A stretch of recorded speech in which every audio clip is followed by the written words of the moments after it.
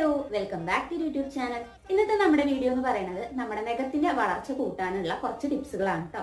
അപ്പൊ പലർക്കും ഇതേപോലെ നമ്മുടെ നഖം പൊട്ടിപ്പോവുക, അതേപോലെ തന്നെ നഖം വളരാതിരിക്കുക, സൈഡൊക്കെ ഇതേപോലെ ചീന്തി പോകുന്ന പ്രശ്നങ്ങളൊക്കെ ഉണ്ടാവാറുണ്ട്.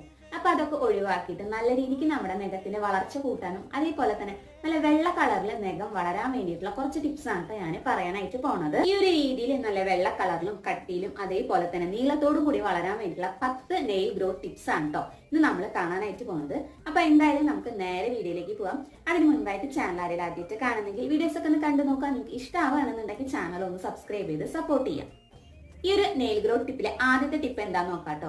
നമ്മൾ സാധാരണ നമ്മുടെ മുടിയായാലും 3 മാസം കൂടുമ്പോൾ ഒന്ന് അത് വെട്ടി കൊടുക്കാറുണ്ട്.